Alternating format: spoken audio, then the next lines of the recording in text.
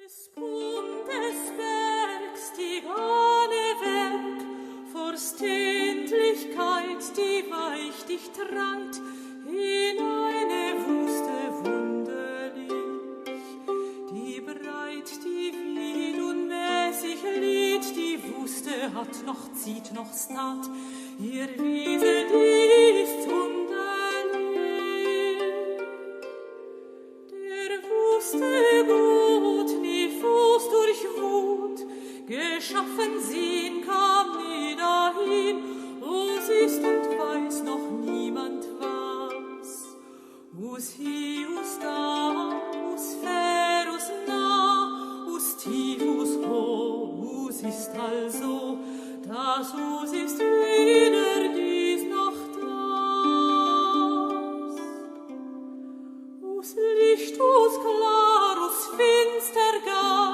us unbenannt, us unbekannt, beginn es nun, doch end es fried. Us stilles Nacht bloß eine Wart, wer weiß sein Hus, der gehe Ruß, und sag uns, welch in Forme sind. Wird als ein Kind, wird taub, wird blind, din selbes Licht muss werden nicht, ein Licht trieb überhoch.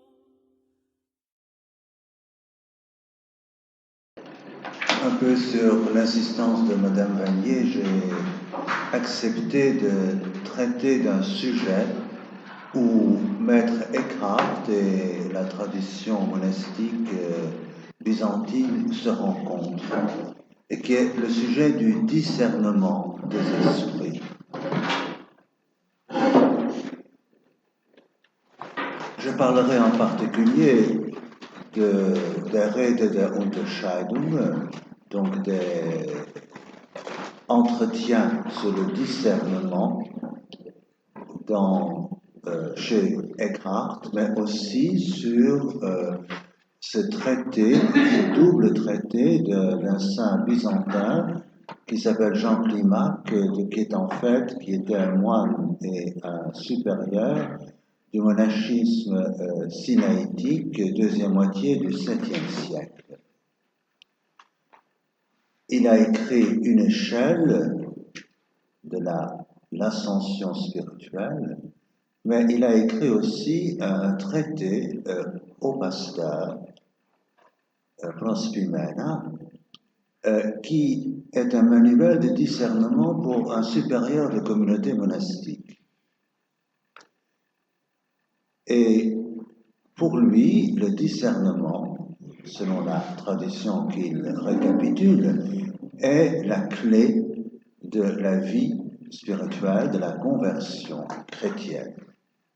Donc j'essaierai de vous présenter une ébauche de mise en parallèle du classique de la tradition spirituelle du monachisme byzantin, qu'est l'échelle de Saint Jean Climac, et le pasteur du même Jean Climac, et les entretiens de Maître Eckhart, prière, entretien avec les novices et jeunes dominicains à Erfurt entre 1294 et 1298, donc relativement au début de son ministère de prière.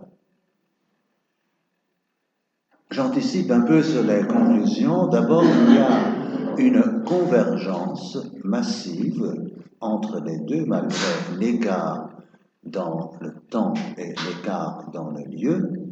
C'est l'importance fondamentale du discernement, diakrisis en grec, discrétion en latin, et concomitant du bannissement de toute volonté propre dans la vie selon le Christ. Volonté propre, propria voluntas, dans la tradition monastique et conventuelle latine, idiom thenima dans le monde grec. Jean Climac, d'ailleurs, consacre le plus long degré de tout son son échelle au discernement. Et en cela, il est l'héritier des pères du désert, il est aussi l'héritier de Jean Cassien.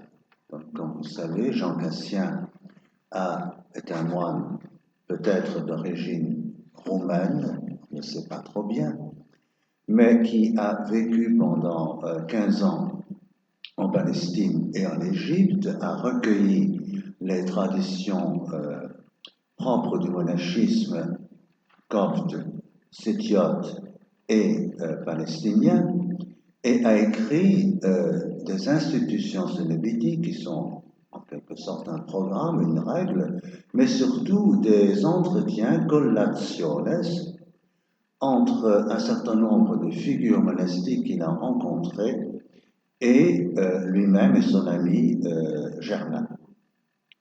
Il y a des convergences, cette convergence massive, il y a aussi des contrastes qui sont aussi évidents. Et ces contrastes permettent de découvrir, me semble-t-il, comment Eckhart se démarque d'une doctrine spirituelle qu'il accueille d'une part et d'autre part qu'il renouvelle, ou d'autres pourraient dire change.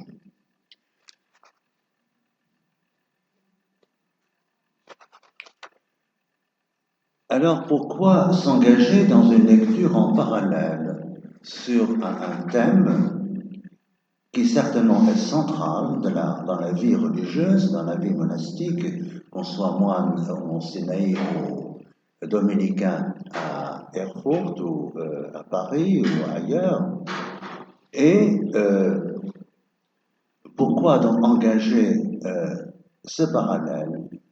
Eh bien, je pense que la raison principale, c'est de se rendre compte comment les deux traditions spirituelles qui ont la même source fondamentale, qui est l'Évangile et la parole de Dieu, peuvent aussi diversifier et dans d'autres langages, dans d'autres paramètres culturels, s'exprimer sur une même expérience.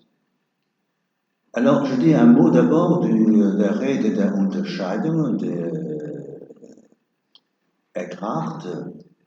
J'ai fait ce choix parce qu'il y a le mot discernement, Unterscheidung. Et donc, ça fait partie des œuvres allemandes, ça fait partie d'un enseignement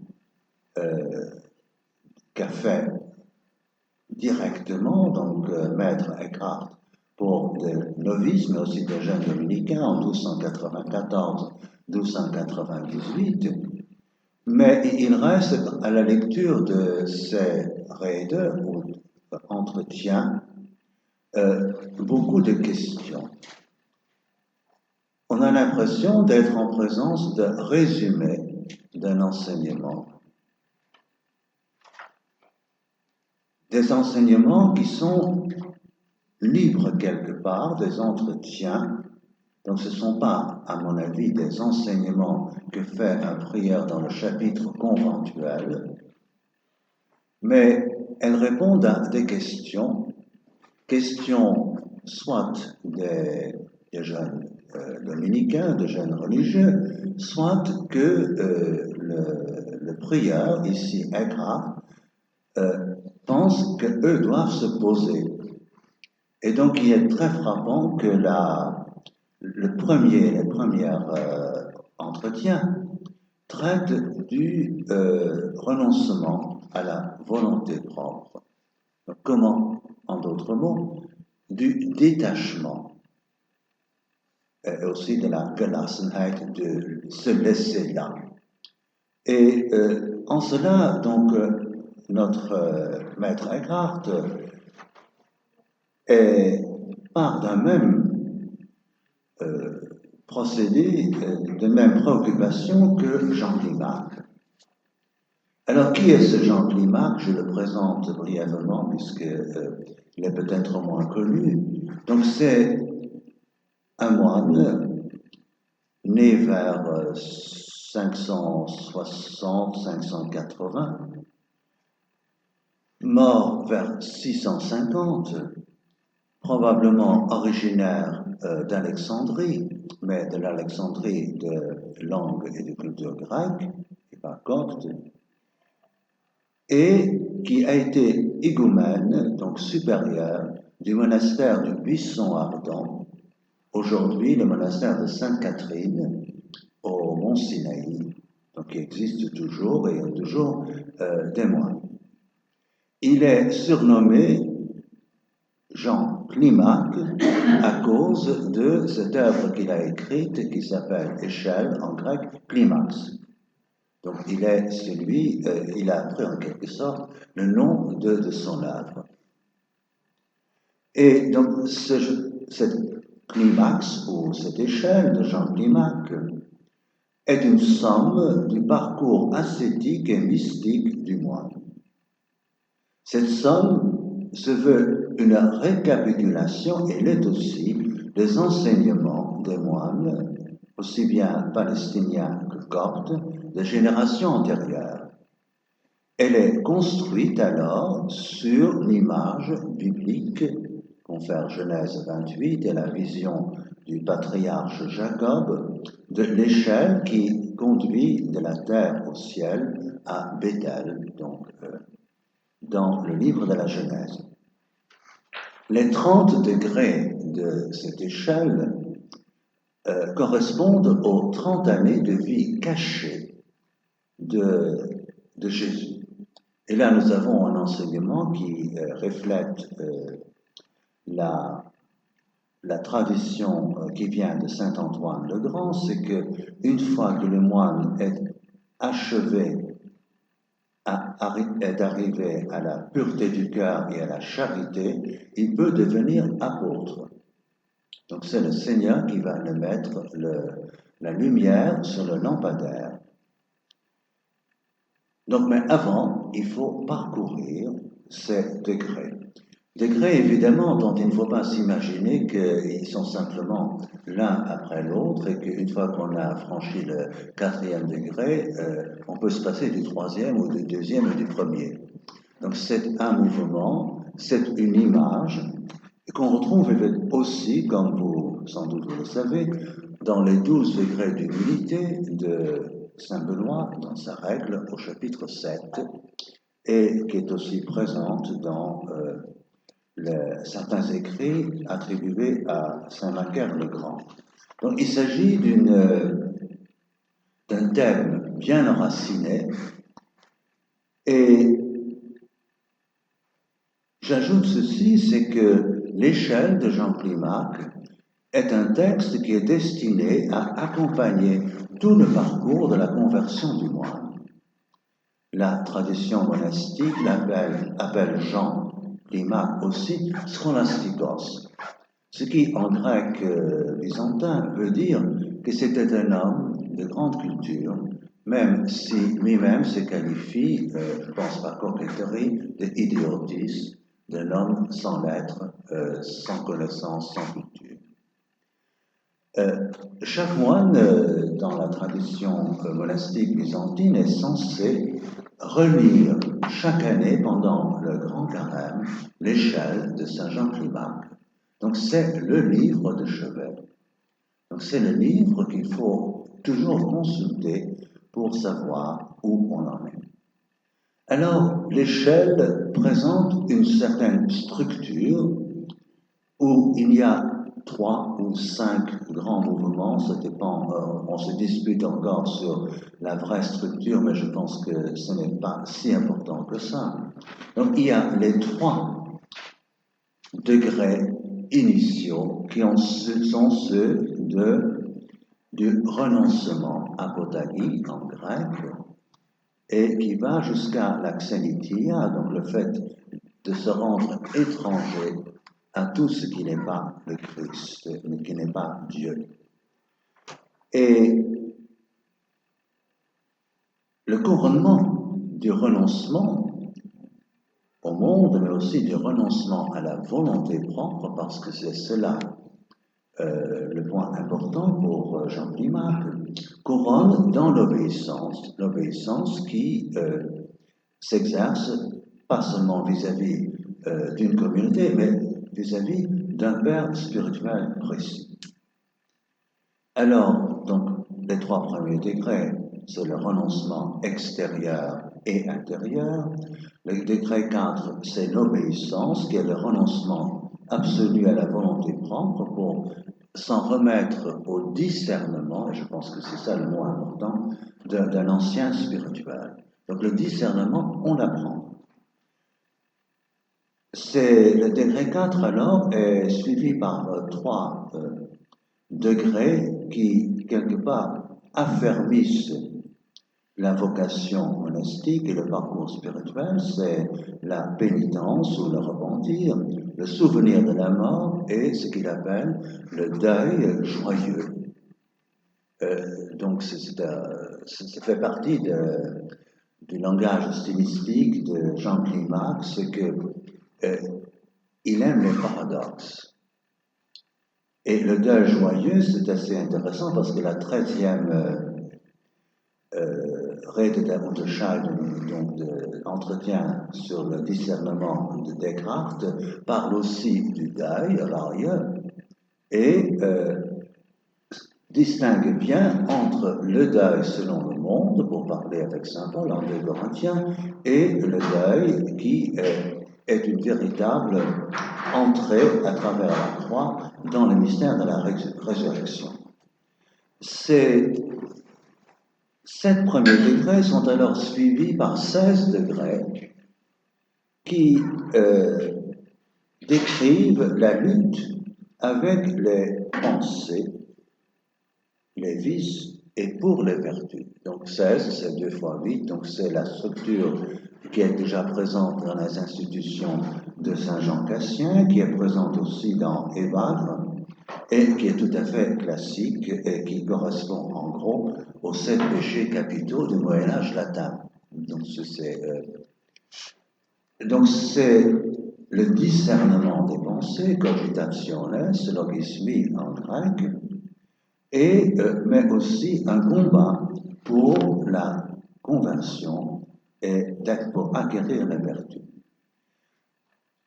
Cette période, donc cette longue période du combat pour la pureté du cœur et contre les pensées et les vices, est couronnée par 2 ou 3 grandes vertus. La première, c'est la douceur, francotis, et ensuite l'humilité. L'humilité, donc la tapinosis. Et c'est alors que vient le degré 26 de l'échelle sur le discernement. Ce degré 26 est le plus long, donc il est à peu près, c'est entre un quart et un cinquième de l'échelle, parce qu'il est le plus important. Et il est aussi à la charnière entre la praxis, c'est-à-dire la lutte pour la pureté du cœur et contre les passions, donc dans le sens traditionnel du mot, et la théorie, la contemplation. Alors la vie contemplative sera d'abord la quiétude, l'hésikia, du corps et de l'âme.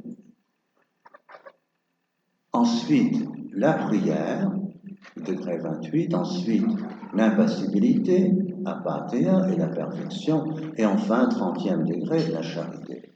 Donc, il est clair, d'après la définition que je dirais initiale du degré 26 sur la diacrésis, que c'est une vertu qui évolue avec toute la montée spirituelle. Elle est aussi donc la charnière entre la vie active et la vie contemplative, pour prendre un vocabulaire équivalent à celui de praxis et théoria. Et pour Jean Climac, la diacrésis n'est pas à proprement parler une vertu. Alors, il y a 2 degrés charnières qui vont ensemble. Le 4e qui est l'obéissance et le 26e qui est le discernement. Donc, l'obéissance est la charnière entre les 3 degrés du renoncement initial qui cumule dans l'axénitaire, la volonté propre, et les pratiques ascétiques qui suivront, que sont la pénitence, le souvenir de la mort, et le pentos, donc le deuil. Le discernement, donc le degré 26, est le degré le plus long, avec celui de l'obéissance, et il accompagne toute l'ascension de la vie de conversion monastique. Donc, le discernement est un savoir, un don de l'Esprit Saint, fruit de la pratique, une lumière qui éclaire la vertu, et cependant, il est en rapport direct avec la douceur et l'humilité. Donc ici, Jean Climac écrit, par exemple au degré 25, ce qui précède le degré sur le discernement, la douceur est le fondement du discernement. De même, surtout, et encore lui, je le cite, l'humilité est la source du discernement.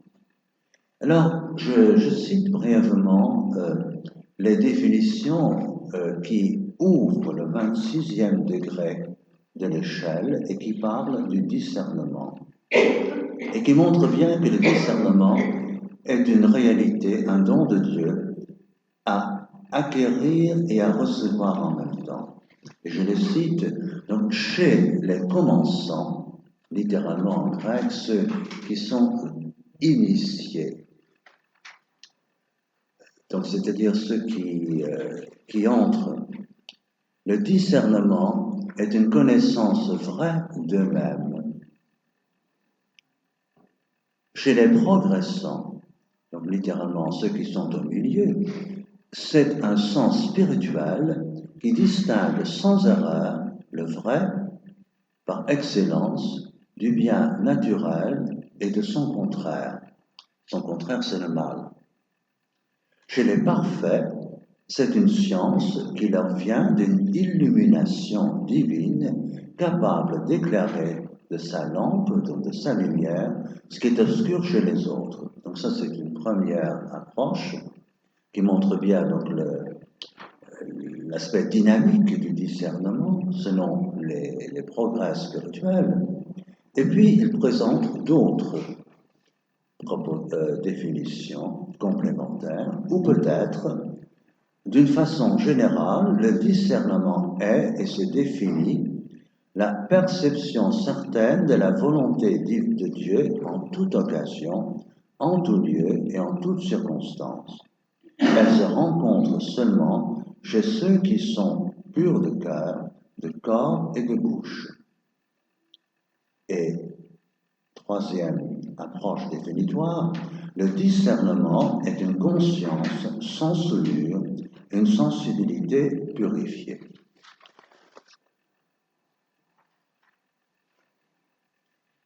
Ces définitions, évidemment, font écho à une tradition spirituelle. Et je prends simplement la deuxième, ici, donc, disent le progressant, ceux qui sont au milieu, c'est un sens spirituel, Nora es physis, qui vient de Diadoque de Photissée, qui distingue sans erreur ce qui est vraiment bien, ce qui est naturel et ce qui est son contraire. Donc, il y a le bien et le mal. Ça, c'est clair. Mais il y a aussi une grande difficulté de tout discernement, c'est distinguer entre le bien et le bien. Donc, tout bien n'est pas nécessairement bien pour chaque candidat, chaque novice. Je donne un exemple. Si un novice vient vous demander de pouvoir jeûner 4 jours sur 5, c'est peut-être très généreux, mais donc c'est un choix apparemment bon, qui en fait est une grosse illusion sur soi-même. Donc c'est quelqu'un qui ne se connaît pas selon la première définition, donc la définition des commençants. Seulement, il faut se rendre compte aussi, se rappeler que ça rejoint un apophthegme de saint Antoine, donc qui distingue entre ce qui est contre la nature, le mal, ce qui est simplement neutre,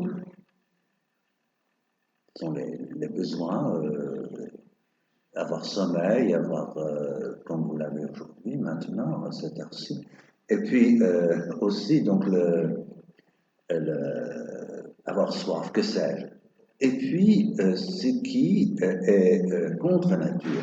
Et ce qui est intéressant, on trouve donc cette allusion aussi dans les lettres de saint Antoine, qui ne sont conservées qu'en géorgien. Donc il y a tout un monde monastique qui est là. Alors, donc la diakrisis, donc le discernement, discretio, ici j'ajoute qu'en français, donc le discretio, traduit discrétion, est un mot ambigu, dans ce sens qu'il signifie à la fois le discernement des esprits, mais aussi la modération, agir avec discrétion.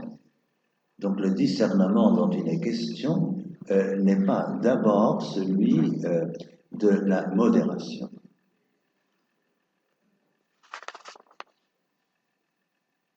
Cet degré sur le discernement lui-même est divisé en 3 sections.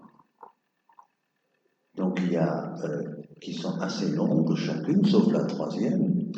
Donc d'abord le discernement des pensées, des passions et celui des vertus.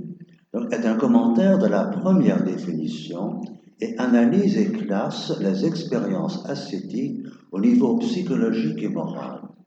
Donc, les moines, à la suite d'ailleurs de l'éthique stoïcienne, se sont intéressés aux pulsions, aux motions qui viennent de l'âme humaine, de la psychologie, et donc la conversion se joue aussi à ce niveau-là.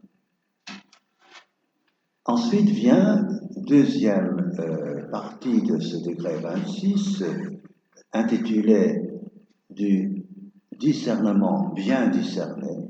Donc c'est idiakrisis et diakritos. Le discernement bien discerné déploie la première définition, mais d'une manière beaucoup plus globale, et dans une perspective plus théologique et plus mystique. Et enfin, la 3e section récapitule tous les degrés antérieurs du point de vue du discernement.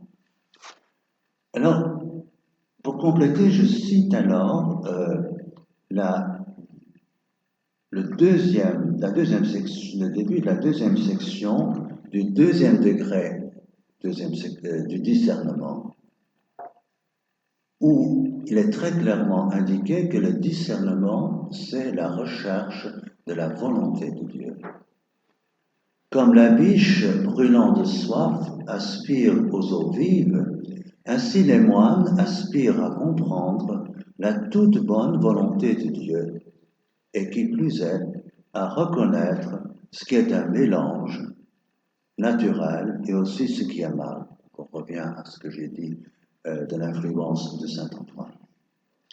Et puis ensuite, un peu plus loin dans ce même degré, tous ceux qui ont voulu connaître la volonté de Dieu ont dû d'abord mortifier leur volonté, donc littéralement mettre à mort leur volonté. Quand donc ils auront supplié avec une foi, une simplicité exempte de malice, et qu'ils auront interrogé des pères ou même des frères avec humilité et confiance de cœur, qu'ils acceptent alors les conseils qui leur auront été donnés comme venant de la bouche de Dieu, même si ce qu'on leur dit est contraire à leur propre intention. Donc le texte grec nommé est propension aussi, pas seulement intention. Même si ceux qu'ils ont interrogés ne sont pas très spirituels, car Dieu est trop juste pour permettre que soient trompées des âmes qui, avec foi et innocence, ont eu l'humilité de se soumettre au conseil et au jugement de leur prochain, même si ceux qu'elles ont interrogés manquent de raison. Celui qui parle est immatériel et invisible. Donc il y a ici donc cette conviction que inutile de chercher un père spirituel qui soit digne de vous. Donc le discernement peut venir aussi Donc de gens peu spirituels ou de gens, un enfant. On en voit des exemples dans les apophthegmes qu'on rencontre. Donc je résume encore une fois au chapitre 2e degré, et il anticipe tout le temps, hein, donc c'est très enchevêtré. Et il dit ceci à propos donc du discernement et de la volonté propre. Personne n'entrera dans la chambre nuptiale céleste s'il n'a renoncé du premier, du second et du troisième renoncement. Je veux dire le renoncement à toutes les affaires, aux hommes et aux parents, c'est l'apotagé, quitter le monde ou la mondanité. Ensuite, le retranchement à sa propre volonté. Et enfin, le renoncement à la vaine gloire qui suit l'obéissance. Alors là, on trouve une chose très importante pour le discernement. C'est la voie royale du milieu dont il est question dans le livre des Nombres, et depuis l'interprétation d'Origène. Et chaque vertu qu'on arrive à pratiquer avec la grâce de Dieu peut devenir un prétexte pour la vaine gloire et l'orgueil. Donc, de là, le fait que le décret sur le discernement est précédé de la douceur et de l'humilité. Alors, il existe un point de contact objectif, ou certainement une inspiration commune entre Eckhart et Jean Climac, et c'est Saint Jean Cassien. Donc, Eckhart, comme tous les moines et conventuels de son temps, était familier des institutions et des collations, donc des conférences, entretiens, comme des apophthegmes, verba seniorum dans son langage, qui étaient la nourriture des oreilles durant les repas communautaires. Donc, durant les repas communautaires, normalement, on lisait très souvent Jean Cassien, Saint Jean Cassien. Et Jean Climac lui-même, quant à lui, a lu des extraits traduits du latin en grec des institutions et des entretiens de Saint Jean Cassien. Et il cite, c'est un texte, il dit ceci, l'obéissance est à l'origine, son 4e degré, l'obéissance est à l'origine de l'humilité. L'humilité est à l'origine du discernement. C'est ainsi que le grand Cassien, dans son traité sur le discernement, l'a sagement exposé d'une manière très excellente et très élevée. Du discernement naît la clairvoyance et de cette dernière le don de voir à l'avance. Donc, la deuxième conférence de Saint Jean Cassien avec l'abbé Moïse est un des rares textes latins traduits en grec. Et ce texte est entré dans la Philokalie, autre livre de chevet des moines. Et donc, comme dit Jean Climac, c'est le traité sur le discernement. Et alors, Saint Jean Cassien, je ne vais pas trop insister là-dessus, mais simplement rappeler que donc il y a un grand débat entre moines. Qu'est-ce que le plus important dans la vie spirituelle? Alors, les uns disent c'est le jeûne, les autres c'est la prière, etc. Et à la fin, on ne trouve pas d'accord. Et on va trouver Saint Antoine le Grand. Donc c'est l'oracle absolu dans la vocation monastique qui dira la réponse, c'est le plus important, fondamental, c'est le discernement. Donc voilà. Alors, est-ce que je ne pense pas que ce soit un hasard que notre Eckhart commence son enseignement, pour autant que nous le connaissions, conventuel, par cette vertu, Rede der Unterscheidung. Et bon, simplement, je vais maintenant rapidement faire un parallèle entre les premiers entretiens de Jean Cassien et Jean Climac.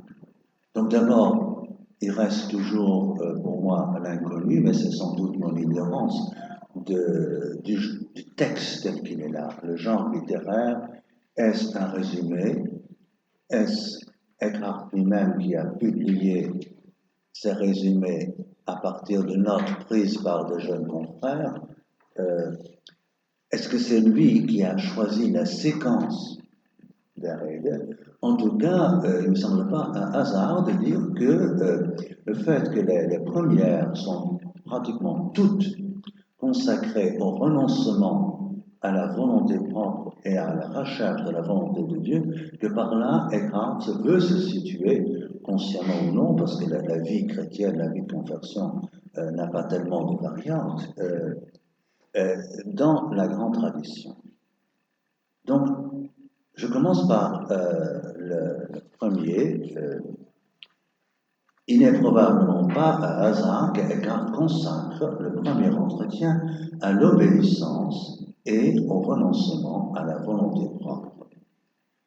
Donc la volonté propre qui, pour lui, comme pour les pères du désert surtout, est, je dirais, pas simplement « je veux faire » comme moi je pense qu'il faut faire dans la vie spirituelle, dans la vie chrétienne, mais aussi à la manière dont je fais les choses. Enfin, pour ceux qui ont un peu d'expérience, donc on peut obéir, mais on peut obéir en faisant à sa tête, en français. Et donc Eckhart, justement, met en garde contre cela. Alors, ici, donc la première, on va de l'obéissance authentique. Obéissance est une vertu plus grande que les autres vertus. L'obéissance vraie, même dans les petites choses, vaut plus que les autres pratiques que tu choisis toi-même. Donc, souvenons-nous des discussions de Jean Cassien, dont vous connaissez aussi et Eckhart et Jean Climac. Il s'agit donc de ne pas mettre sa petite personne, son égocentrisme, au centre de la recherche de Dieu. L'obéissance dans les petites choses, continue Eckhart, les rend nobles, libère des soucis et des préoccupations. Alors, l'obéissance est une sortie de et un renoncement à soi. Et alors commence l'originalité, à mon avis, Descartes, que je n'ai pas rencontré dans la tradition byzantine. Ce renoncement à soi oblige Dieu à entrer en moi. Donc voilà quelque chose qui est assez surprenant pour quelqu'un qui lit Jean Climac ou devrait le lire chaque carême. Donc si quelqu'un ne veut rien pour soi, pour celui-là, Dieu doit vouloir comme pour lui-même.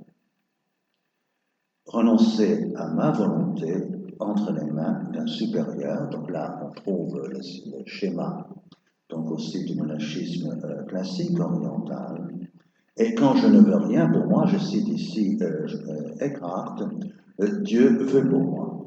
Alors, j'ajoute une chose, et je n'ai pas pu vérifier, donc on trouve cette idée aussi dans Dorothée de Gaza, donc, contemporain de Saint-Benoît, donc vers un siècle avant Jean Climac, donc comme dit Gaza, donc disciple des pères du désert de Sété à travers Barsanuph et Jean de Gaza, et qui dit, donc, si je renonce totalement à ma volonté propre, je ne fais que la volonté de Dieu, et faire que la volonté de Dieu, Dieu fait toujours ce que moi je veux, il le dit aussi. Donc il y a des parallèles, mais non pas dans Jean Climac, enfin, et ça vient alors, la source en est stoïcienne, sans parler directement de Dieu, mais disons, c'est le consentir au réel, donc dans la tradition stoïcienne. Donc il y a là, je pense, des grandes traditions qu'il ne faut pas limiter au monde simplement de la vie monastique ou de la vie religieuse. Alors, je reprends un autre exemple qui est le troisième entretien qui traite de la Gelassenheit, donc c'est un mot presque intraduisible. Je proposerais provisoirement le laisser là. Dans un contexte différent de vie religieuse, Eckhart, le laisser là, l'applique à la disponibilité obéissante radicale du jeune dominicain novice. Son obéissance au Père spirituel. Alors, ce mot, évidemment, que l'asnaï, laisser là, n'existe pas dans le monde grec, mais la réalité existe, et dans l'échelle de Jean Climac, pour le meilleur et pour le pire. Parce que, donc, si vous lisez le 5e degré de Jean Climac, il fait un gros éloge d'un monastère qui s'appelle Ton Metanaundo, donc des pénitents, qui est une prison, et où le moine assume donc volontairement les pires humiliations. Alors en général, le lecteur de Jean Climac s'arrête là, parce que à ce degré 5e de l'échelle. Mais donc on est dans un monde qui n'est plus le nôtre, qui est très influencé par la psychologie ou par le psychologisme. Mais donc là, il y a j'ai l'impression, une différence très nette, peut-être plus dans la rhétorique que dans la réalité, puisque Jean Climac est quelqu'un qui écrit dans un monde grec et méditerranéen. Il n'est pas un nordique comme Eckhart. Et d'autre part, il y a eu aussi donc toute l'évolution de la vie monastique et conventuelle en Occident, donc depuis des siècles.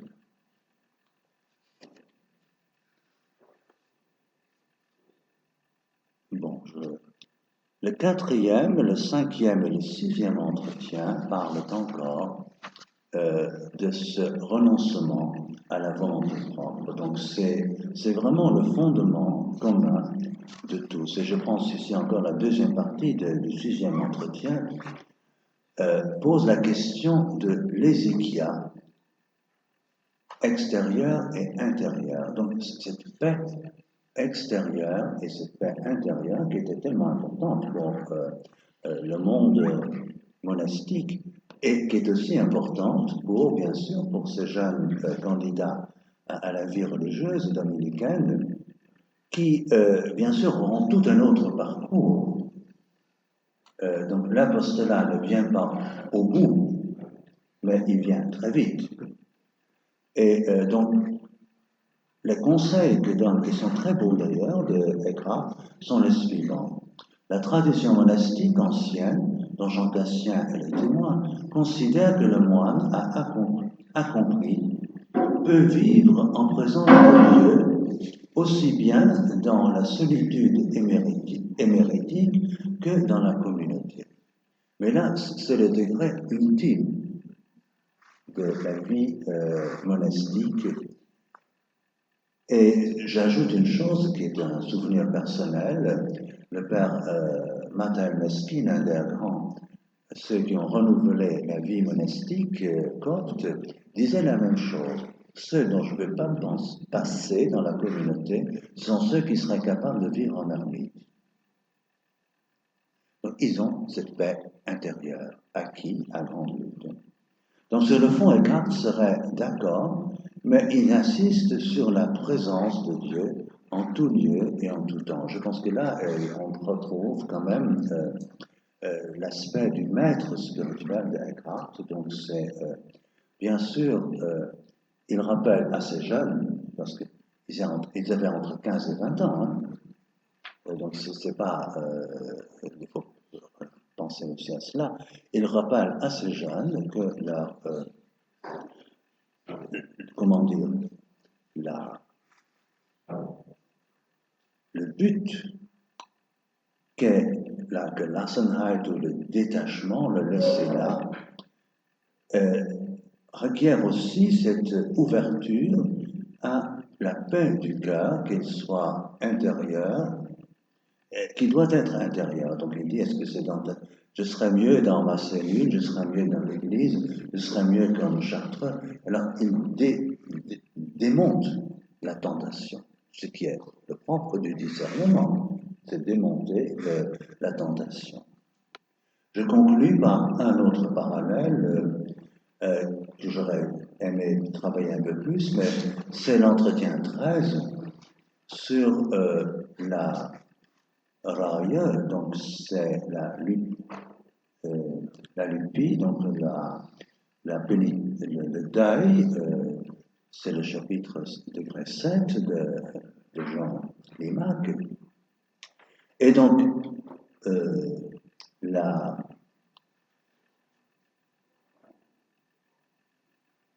Eckhart commence par évoquer les deux formes de deuil. Et je suis étonné que les éditeurs critiques, que je suis allé regarder dans l'édition critique, ne mentionnent pas 2 Corinthiens 7 et 10. La tristesse, selon Dieu, produit un repentir salutaire, c'est Paul, hein, qu'on ne regrette pas. La tristesse du monde, elle, produit la mort. Donc chacun, aussi bien Jean Limac que Eckhart, explique cette double tristesse, donc qui est une tristesse qui vient de la perte de l'illusion sur soi-même et donc de la privation que peut provoquer les accidents, les difficultés de la vie, et de la tristesse qui est la tristesse pour le péché, avec cette grande assurance alors qu'a Eckhart sur le pardon infini et la miséricorde de Dieu. Et ce que Jean Limac ne dit pas, mais dans sa manière de l'écrire, ne le présente pas comme ça. Voilà, ce sont quelques éléments. Je pense que d'autres plus compétents en Eckhart pourraient examiner davantage dans quelle mesure il dépend des grandes traditions spirituelles à travers les canons, bon, certainement Jean Cassien, certainement aussi les Verba Seniorum, donc les apophthegmes, et d'autres écrits, donc certainement à travers Augustin aussi, puisque pensez à la lettre à Proba à propos de la prière. Donc comment il dépend de la grande tradition, et peut-être qu'il y a une possibilité de faire une espèce de dialogue qui est à la fois convergence mais aussi contraste. Et peut-être que le contraste pourrait éclairer la figure et l'enseignement de Maître Eckhart comme maître spirituel. Merci beaucoup.